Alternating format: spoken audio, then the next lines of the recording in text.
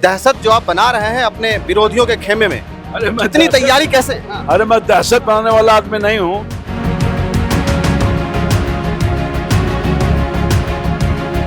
मैं तो लोगों का मोहब्बत, प्यार, समर्थन और अपार समर्थन है।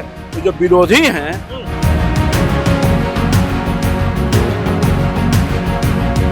दानापुर की सरकार अब जेल से नहीं चलेगी बिल्कुल नहीं चलेगी। क्योंकि राम कृपाल यादव मैदान में आ चुके हैं। निश्चित तौर पर मैदान में है।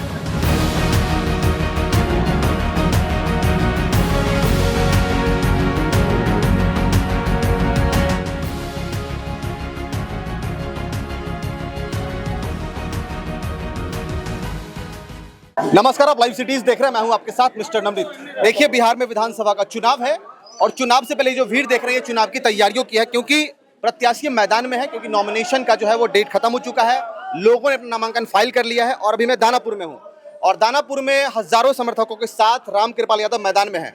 क्या लग राम कृपाल जी? एक सेकंड शांत रह जाइए। क्या लग राम कृपाल जी, ये दहशत जो आप बना रहे हैं अपने विरोधियों के खेमे में, अरे मैं इतनी तैयारी कैसे? अरे मैं दहशत बनाने वाला आदमी नहीं हूँ। वोट का दहशत? दहशत वाला कभी आदमी नहीं हूँ, मेरी सोच है।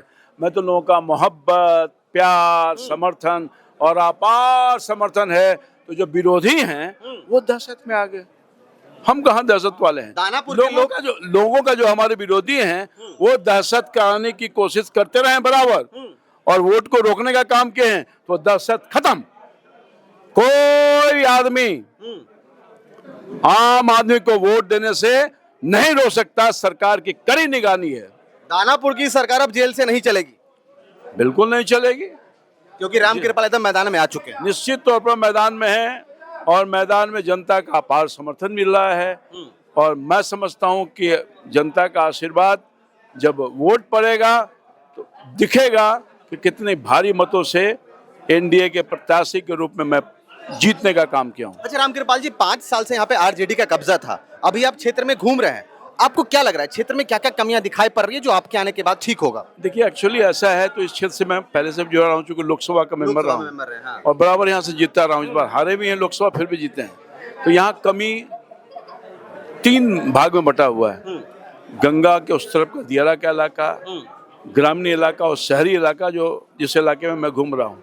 तो तीनों के अपने अपने ढंग से समस्या, बहुत समस्या का निदान हमने करवाया है।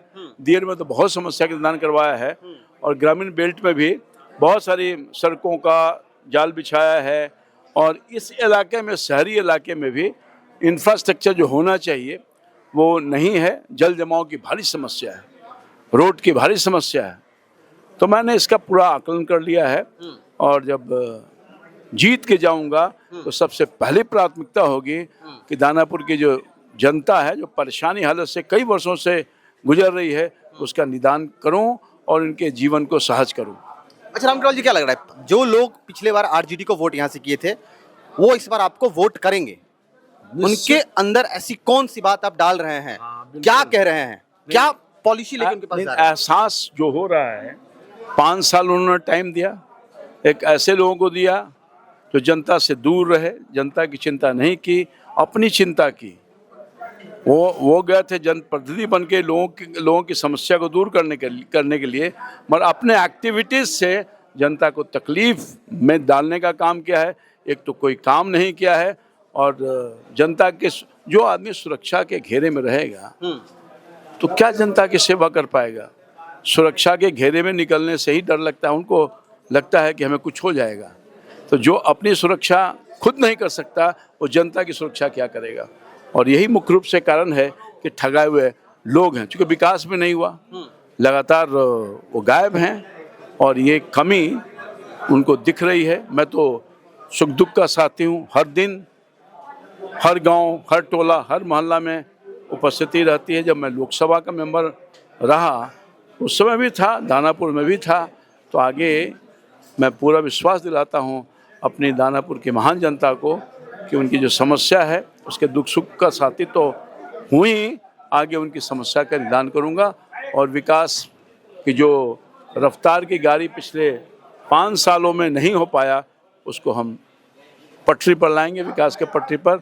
और नीतीश कुमार के नेतृत्व में जो विकास की रफ्तार उसको बढ़ाने का काम करेंगे। लोग ये भी कह रहे हैं कि लोकसभा छोड़ के विधानसभा में आए हैं, यहाँ के विधायक ने इतना बेरा कर कर दिया, क्षेत्र को आपको आना पड़ा। और निश्चित तो पार्टी का निर्णय है, पार्टी ने निर्णय लिया और पार्टी के एक साधारण सा कार्यकर्ता हूँ, सिपाही हूँ, तो पार्टी के आदेश के अनुसार उन्होंने निर्णय लिया कि आपको विधानसभा लड़ना चाहिए। मैंने स्वीकारा है और पार्टी को एहसास है हर इलाके का, हर जगह का। तो यहाँ की जनता जो भारतीय जनता पार्टी के साथ पहले से ही आशीर्वाद देती रही है, उनको लगा कि मैं सोचा होगा कि मैं ही उसके लिए सक्षम हूँ कि दानापुर को भय मुक्त करूँ और विकास युक्त करूँ। कितने वोटों से जीत रहे रामगिरपाल जी इस बार? अधिक से अधिक वोटों से जीतेंगे, ये तो अभी कहना मुश्किल है।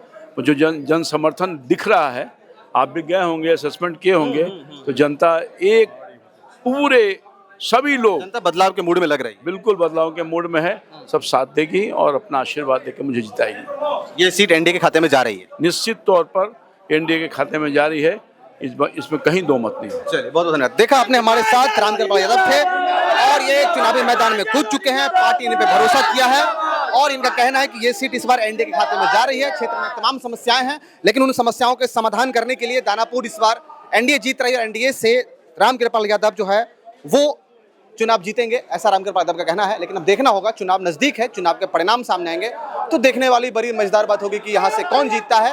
हालांकि जो लहर दिखाई पड़ रही है वो रामगिरपाल यादव के पक्ष में दिखाई पड़ रही है। हम तमाम लोगों से भी बातचीत करेंगे, तब तक बने रहिए, बहुत धन्यवाद।